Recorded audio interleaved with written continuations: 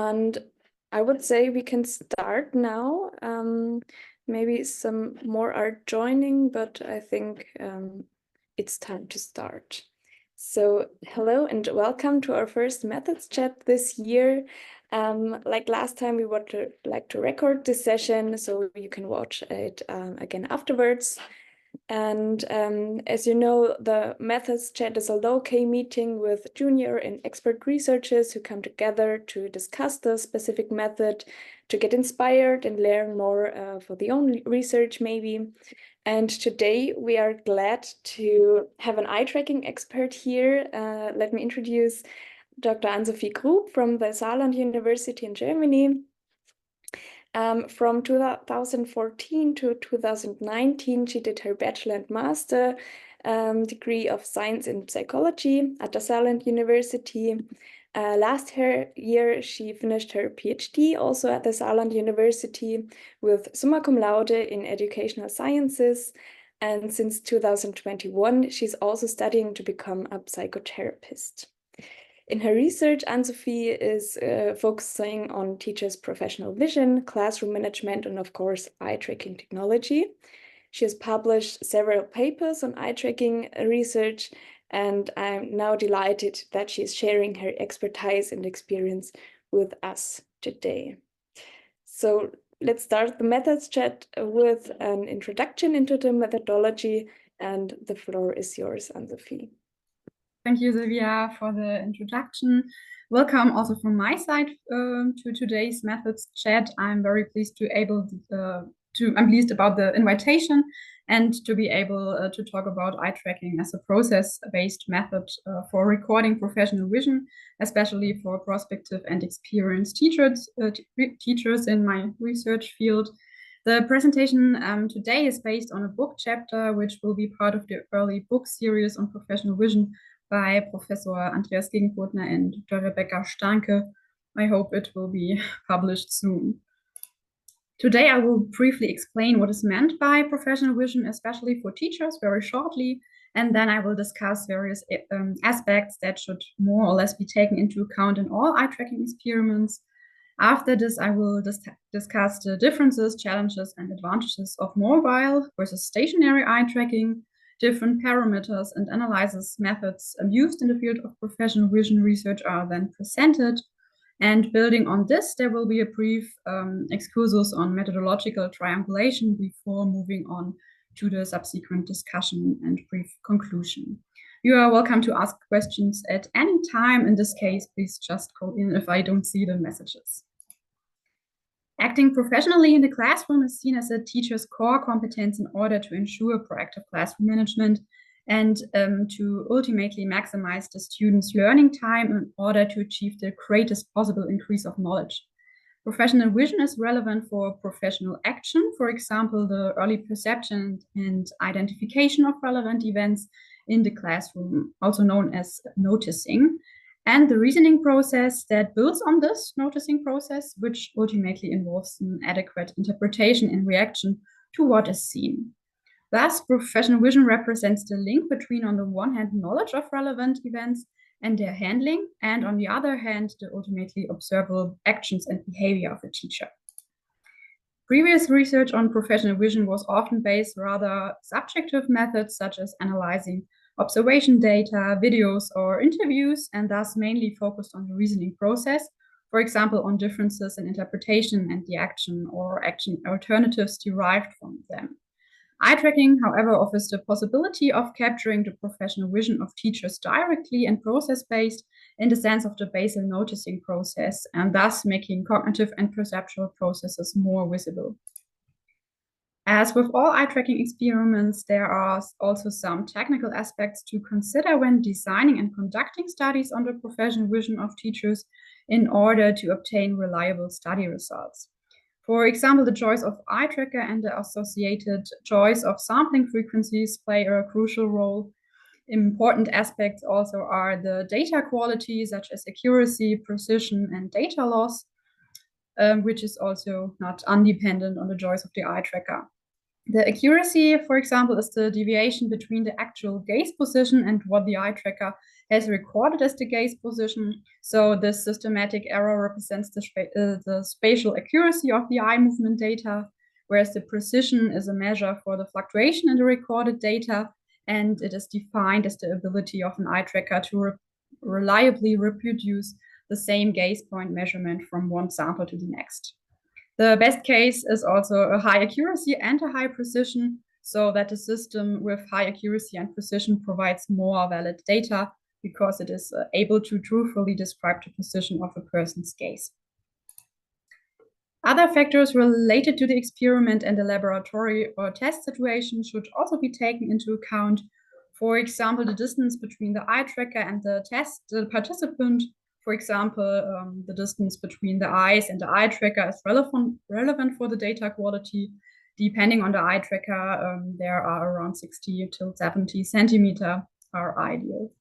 The type and method of calibration can also determine the data quality. For most eye trackers, you can choose, for example, between 5 or 9 point calibration, more points tending to result in higher accuracy.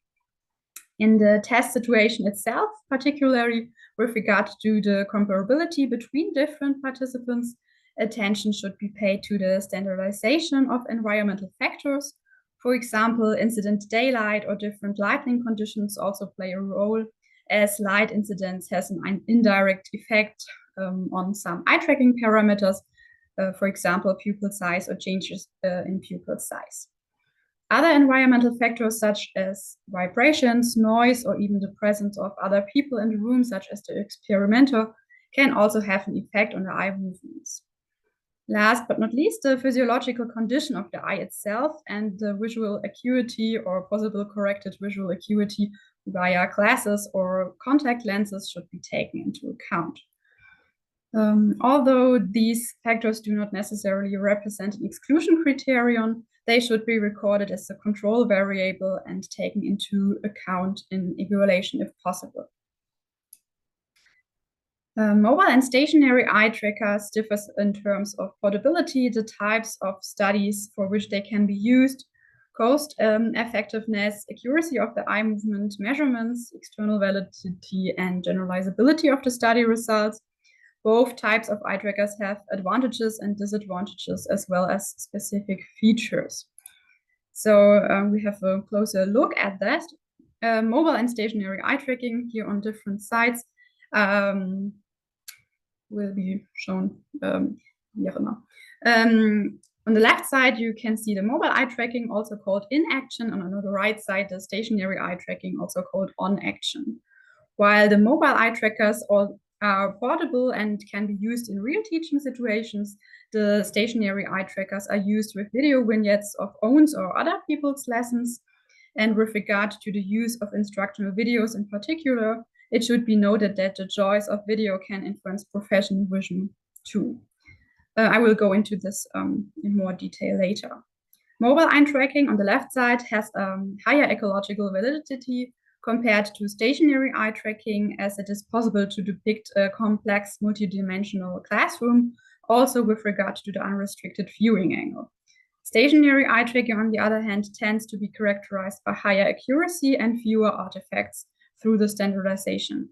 In addition, the use of video vignettes enables the standardized investigation of different expertise, for example, and you can compare different people on the same video. The disadvantages of mobile eye tracking are the limited internal validity and the difficulty in comparing different participants. The AOI-based evaluation is also currently very time-consuming in most cases by mobile eye tracking because you should do it per hand, frame for frame, whereas the stationary eye tracking is limited by the video vignettes you use and the research question which is going on by that. So the choice of the stimuli depends on the research question and the evaluation methods and the eye tracker which is used.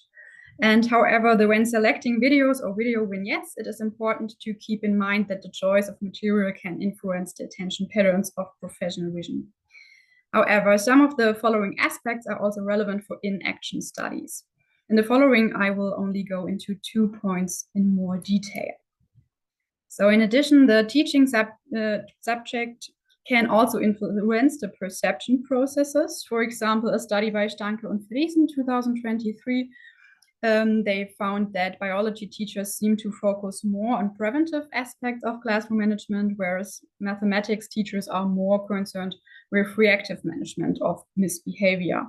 So these findings can be interpreted against the background of subject-specific requirements for classroom management. For example, preventive strategies that ensure the safety of students during experiments and structure the transitions between different settings could be particularly important for biology lessons. Whereas the mathematics as a subject is often perceived by teachers as being more sequential. And therefore, continuous behavior management in terms of monitoring students' behavior and engagement may be particularly important for mathematics students, teachers. Prompts and task instructions can also influence professional vision. For example, in an eye-tracking study with pre-service teachers from Sylvia et al. They investigated whether a prompt or a specific task instruction influenced participants' professional vision compared to a control task. And they were able to show that participants in a disruption teaching situation in the prompting condition showed better attention performance than participants in the other conditions, for example, the specifics as well as the general instruction, in terms of a higher number of fixations and a shorter time to first fixation on the disruptive student. The results suggest that the task instruction can sharpen the focus of novice and experienced teachers, direct the visual attention, and possibly influence the number of fixations. Ultimately, the generalizability is limited by the balancing act between experimental and methodological controlled trials on the one hand, and the complexity and uncontrollability of teaching on the other hand. So it is really depending on which research question you focus and which eye tracker you use compared to the research question. Little research has been done to date on the factors that influence professional vision in addition to expertise and the stimulus-related factors mentioned on the slide. So it is conceivable that cognitive load, self-efficacy, selective attention, but also working memory capacity could have an influence on professional vision. So more attention should be paid to such covariates in future studies. So there are many different parameters that should be selected depending on the issue at hand and on the research questions. But the two most frequently used parameters are fixation duration and fixation count. So all studies in the research field of professional vision on teachers used both of them. You also can do a parameter-based evaluation of eye movement data, which would be possible, but the respective parameters are evaluated for the entire visible range on that. However, the most studies based on focus on the behavior in defined regions, so-called areas of interest, such as individual students or teaching material, and then the selected parameters such as fixation count or fixation duration are aggregated for the defined areas. So the shape and size of the AOIs play a crucial role for the analysis and the results. So for example, polygons can be used to achieve a more precise demarcation between the stimulus and the environmental compared to ready-made geometrical shapes such as rectangles or circles. The AOIs can also be static or dynamic depending on the stimulus material. So in a dynamic classroom, you use often dynamic AOIs, which are following the movements of the students or the teacher. So when creating the AOIs, however, the precision of the technique should also be taken into account. It differs a little bit between the different eye trackers which are used. So especially if several AOIs are to be applied to one stimulus with regard to the necessary distance between different AOIs to enable an exact assignment of fixation. So for example, for our eye tracker, it's the Tobii Pro Fusion. There should be a centimeter between different AOIs, which are 40 to 50 pixels. So the I mind assumption on which the eye tracking method is based assumes that while a person is fixating on a certain point, their attention is also directed to this point at the same time. So, however, this assumption is debated as people can also perceive things that are not fixating on or are not paying attention to the fixated point. For example, a teacher may be looking at a particular pupil, but their thoughts and attention may already be on an assignment of homework or similar, or it would also be possible for the teacher to fixate on pupil A, but notice a conversation between pupil B and C in the corner of their eye. In these cases, the point of fixation and the focus of attention would not match. It is therefore essential that eye tracking data is triangulated, for example, combining and comparing with other often verbal data. So as a rule, retrospective thinking aloud is suitable for this, for example.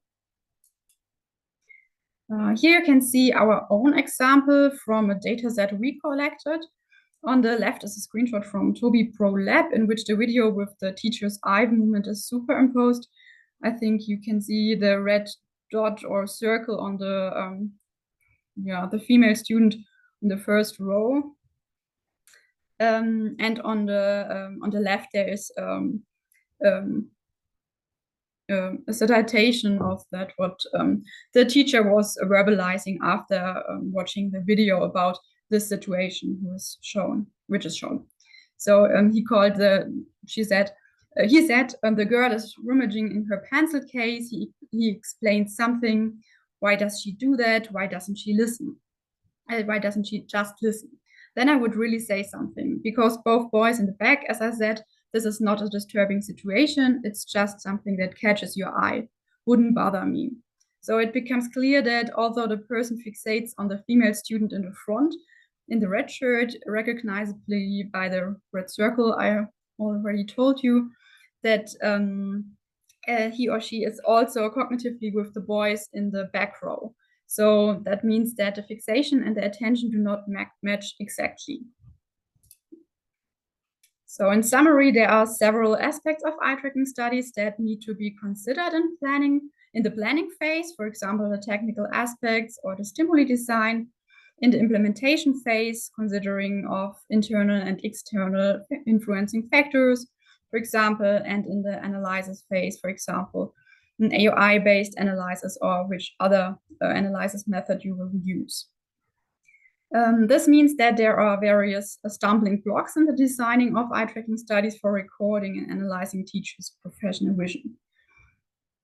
Future studies should follow the triangulation approach to shed more light on the underlying cognitive processes behind eye movements through, for example, methodological triangulation, combining verbal and eye tracking data or something else.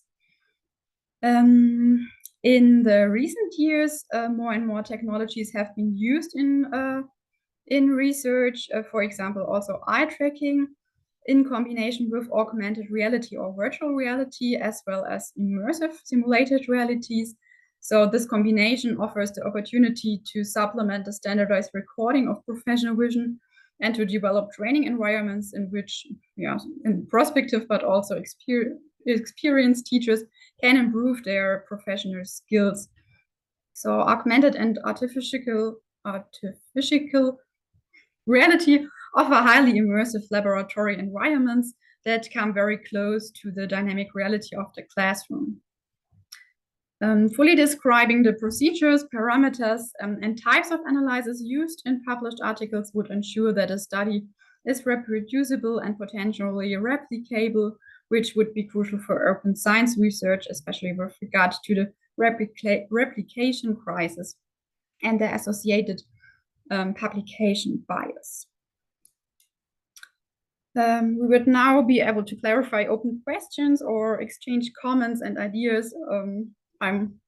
Would it also be very interesting if you have also eye tracking experiences and we can talk about it. Yes, thank you very much. It was very interesting and a great introduction into this methodology. Thank you very much, Ann-Sophie. So now we have plenty of time to discuss questions and share our own experiences. Feel free to ask or write down questions down in the chat.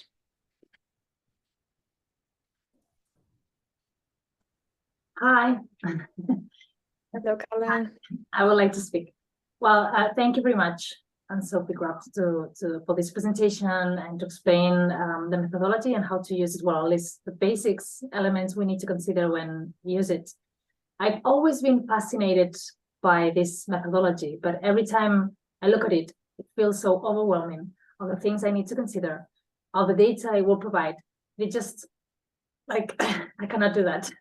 So I'm not sure if there will be some kind of tricks to use at the beginning, apart from learn from someone. I don't know if you could explain a little bit, or maybe the challenges you face the first time you deal with it. Yes, yeah. I thought the same at the first time I saw the data export from the eye tracking experiments from my colleagues. I think it's really important to have one person or more than one person you can ask while you are practicing and designing your experiment with which have expertise in eye tracking experiments. That was what I found really important for me, that I can ask my colleagues how do you that in your study design or something else.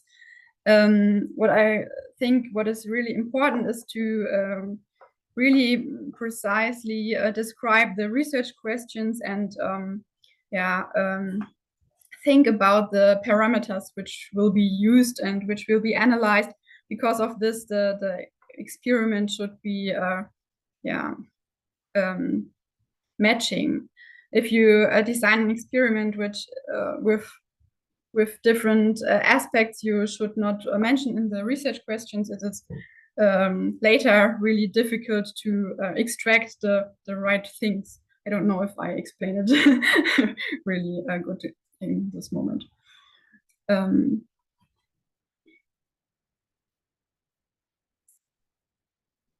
Did this match to your question?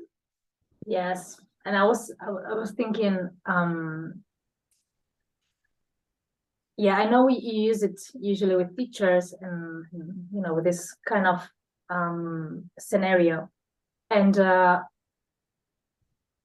do they feel like they've been observed or evaluated? Because I know there should be more like that, one camera in the classroom, and I'm not sure how they feel about it, or if just after a few sessions they just feel like it is normal.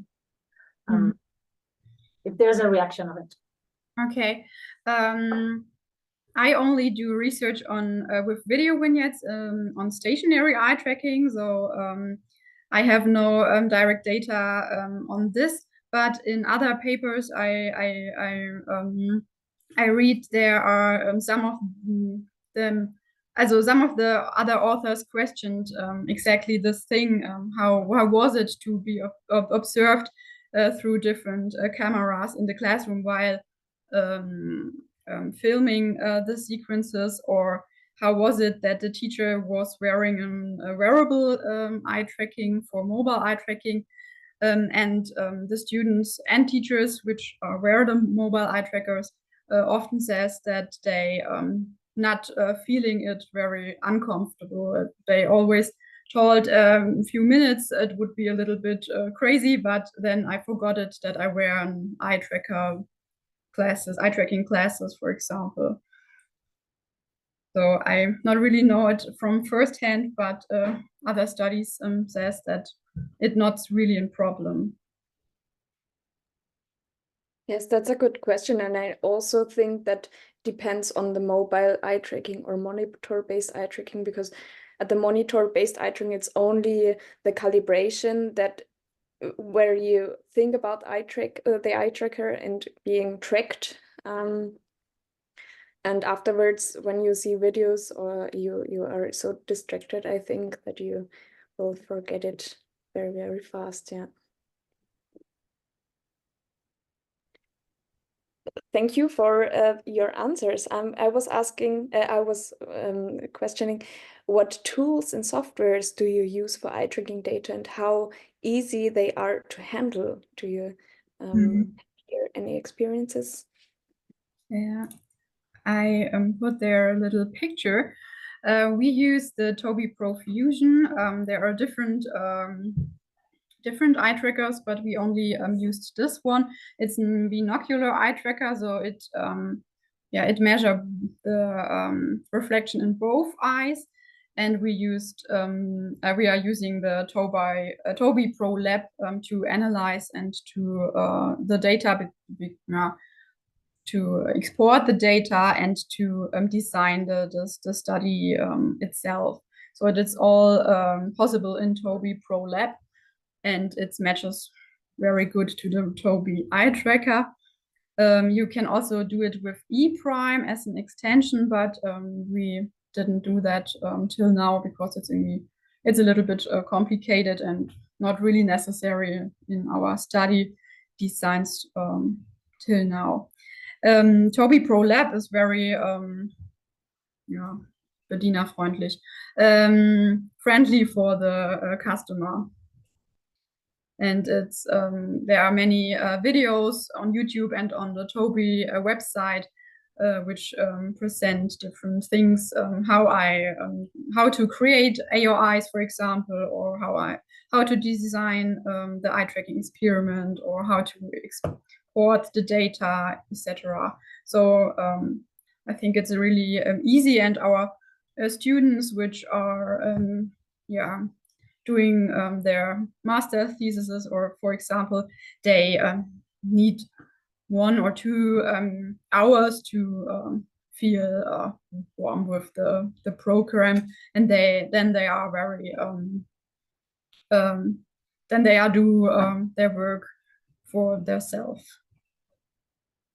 So I think it's very easy to do it with that. I don't know which eye tracker did you use, Sylvia, in your study? I totally agree. Tobii Pro Lab is very easy to use, and I saw some video tutorials, but I have the feeling that I got very fast into how it works. We also have the SMI eye tracker data from the eye tracker. We didn't have the eye tracker itself, but the software. It is kind of similar to Tobii Pro Lab. So if you work with one, it's easy to transfer the how it works to another software. In my opinion, both are okay. But I prefer working with Tobii Pro Lab because it has a nice interface, and it's very good to handle, to manage. Yeah. Thank you. Do we have other questions from the audience? Your experiences? Hello, thank you for your introduction. I wanted to ask about sample size. I guess it's very different between stationary and mobile, but I wanted to ask, like, how big of a sample is manageable? How much work would it be, like, per participant or something? So how big can a study be to use eye trackers? That's a really good question. It's a little bit it depends on the research design itself, like always. We measured 60 persons in the eye tracking experiment, and now in another study 80 participants. It's very time consuming, but it's possible. I'm not really sure. Christian Kose, I thought have a bigger sample, but I'm not really sure how big. But the most studies in the professional vision research field have between 30 and 50 persons, tendenziell more. in future, I think they would measure more. But yeah, initial studies have some studies have only 8 or 12 persons. But I think if you have the capacity, more participants are always better.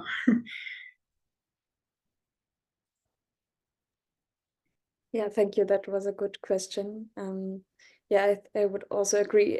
It depends on the research question, and the mobile eye tracking is, of course, more time consuming, and it is, yeah, it's very hard to get the participants to be in classes or in the field, but it's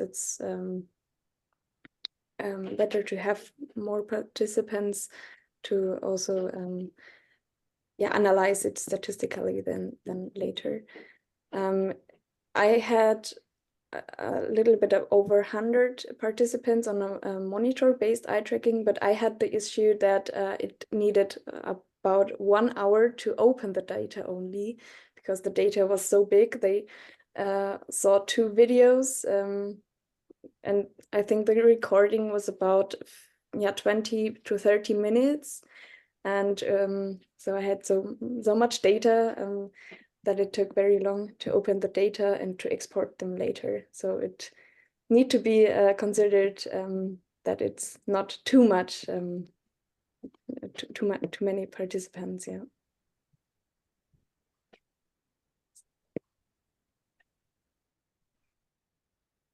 Sonja, maybe based on Florian's question, do you make pilot tests, or how do you prepare for eye tracking? So to get the materials ready, to know about sample size, and to maybe find some pitfalls in advance before having the data later on. How do you prepare for it? Maybe in an example, because I think I learned by examples very well. We also ask our student researchers or students which are writing their thesis on our department to be a test participant, to look if all conditions are working as we want, and to look which instructions they need from the experimenter side for the participant, to understand what should he do, what should he not do, and yeah, use their feedback to improve the different things that we put into the Reihenfolge. Yeah. So always before the experiment runs with the real sample, we do it twice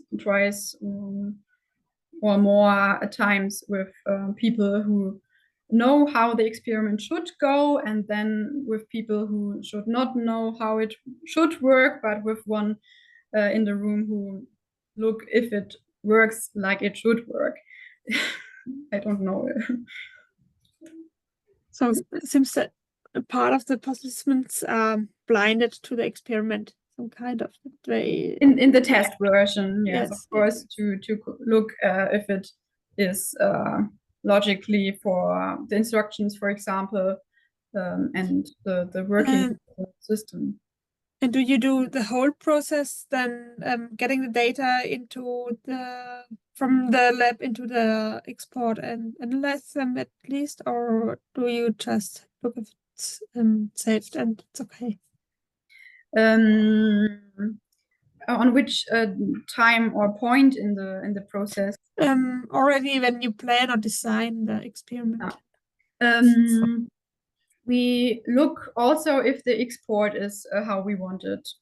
So we, with the test subjects, we produce a little test data set, and we look if it looks like we thought it would looking. Okay. But actually, we always use Toby ProLab, and the export is always, also it's till now it always works if the experiment runs through. Thank you. Thank you. That was a good question. I would also say that data loss is also a problem, but is also normal, or not data loss, but the data quality may be not good enough if you do eye tracking research. So it is always a good plan to invite more people than you actually need for your statistical analysis, because maybe some people do not have enough calibration time, or calibration data is not good enough, or the internet connection might be disrupted. So it's worth to plan more participants than needed. Yeah. We always measure more participants, like in other experiments too. We always measure 10 to 30 persons more than we need to, for the dropout rate. Yeah, that's a good hint. Yeah, thank you. Are there any other questions? Hi, may I ask a question? Sure. Hi. I was wondering, what is an easy source, or like an article or a book that a group of students could read to understand what eye tracking can do?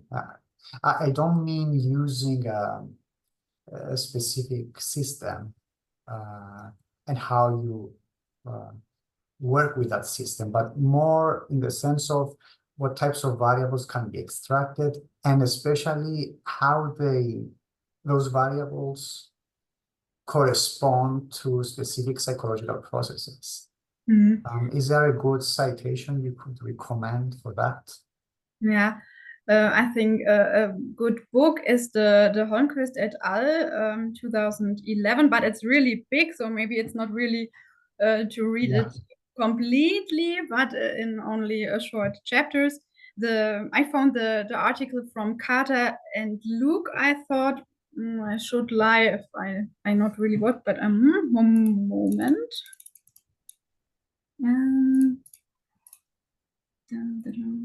I think it's this one, the Carter and Luke 2020. I thought it would be really reader friendly for people who do no eye tracking research till now. It's really easy to understand what eye tracking is doing, or how it works. Yeah, of course, this things which I talked today about will also be presented in a book chapter, I hope this year. Okay. Right, thank you very much.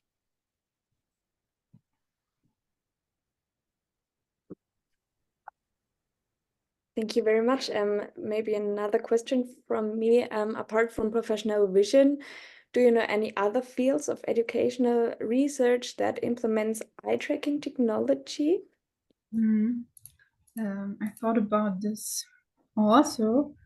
So I think eye tracking is used in many fields of research, also educational research, because you can do eye tracking on the perspective of teachers, of students, how would they look on different materials, on working sheets or something else, to do training, or different things.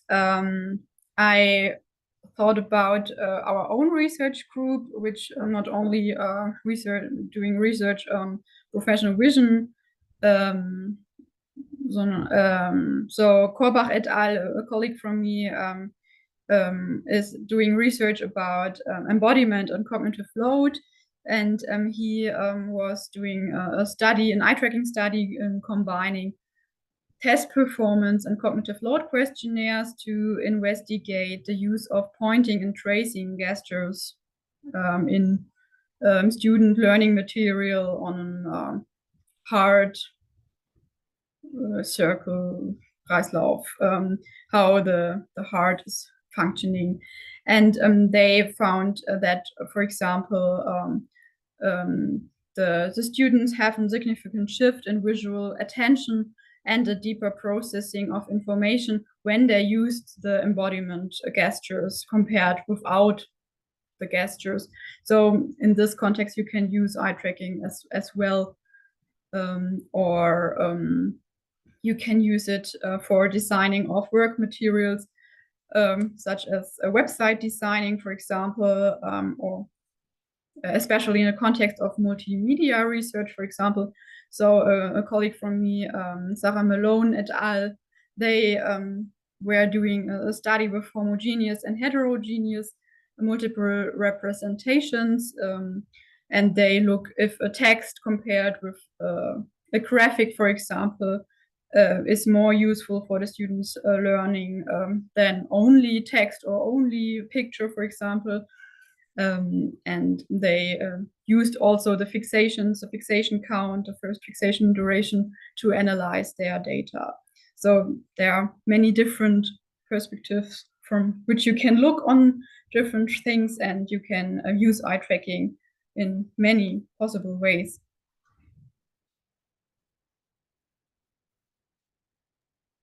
Thank you very much. Yeah, very interesting. Do we have other questions, other experiences maybe? I would like to ask a final one, maybe is the key one, like how easy is to publish about eye tracking? So I think there are many journals which in which you can publish your eye tracking research. That's a list with that are list the journals on which the most papers are published in my research field on eye tracking. So many of them in frontiers in education and psychology, or teaching and teacher education. When I was planning the publishing of my papers, I did not find a journal with explicitly exclude eye tracking. I'm not sure if you mentioned that, Sylvia. No, never heard about excluding eye tracking. I think the field of research is very wide, and I can agree that many journals are open for eye tracking. Yeah. Last year, there was a special issue in Frontiers in Education, also on the advancing research on teachers' professional vision, and there are many, I think 10 papers which are all using eye tracking to assess the professional vision, and they are published in the special issue.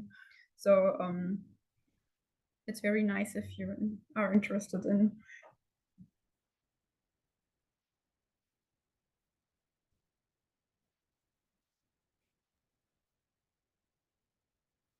Yeah, that was a good question. Maybe a question to our audience. Do you consider implementing eye tracking technology in your research, or do you also already implement this methodology? Do you have any plans? Maybe a short. I think in my case, apart from the expertise that I will need the software. So I will need the devices also. And so far, I don't have money to buy them.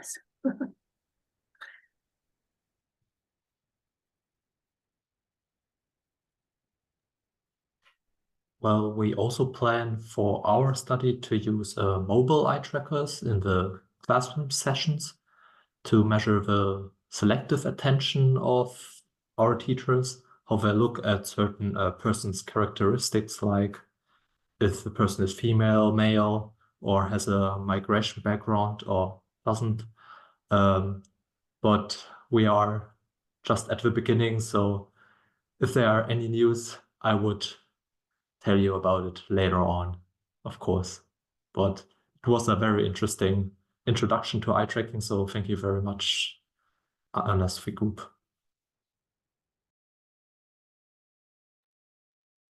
In my former affiliation, I was administrative part of this eye tracker, so I had to give it to the students and take it back and sometimes help them with analyzing the data.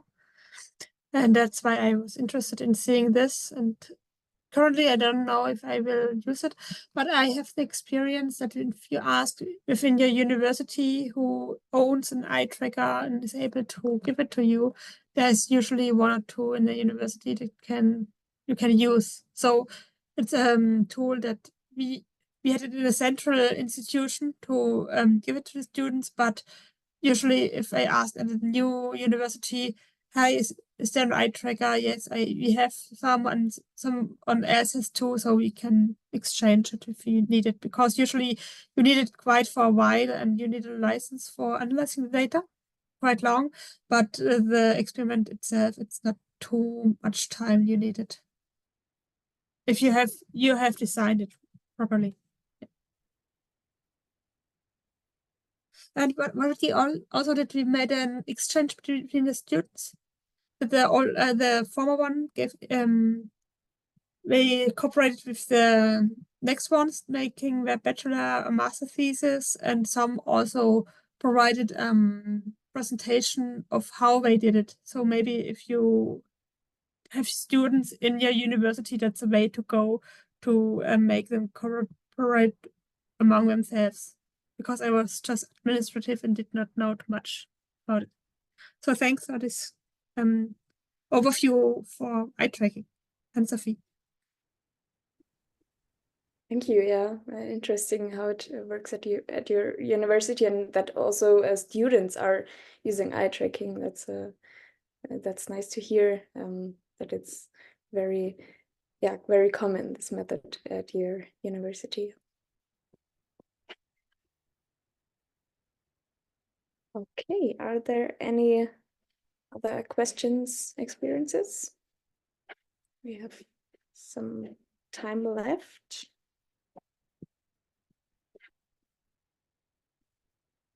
But if they aren't, it's totally fine. So thank you very much, Ann-Sophie, for sharing your experience. It was very interesting, your talk, and gave great insights to this research methods. If it's okay for you, I would provide your email address for further questions. Perfect. And I wish you all the best for your future research, and I'm looking forward to reading your papers.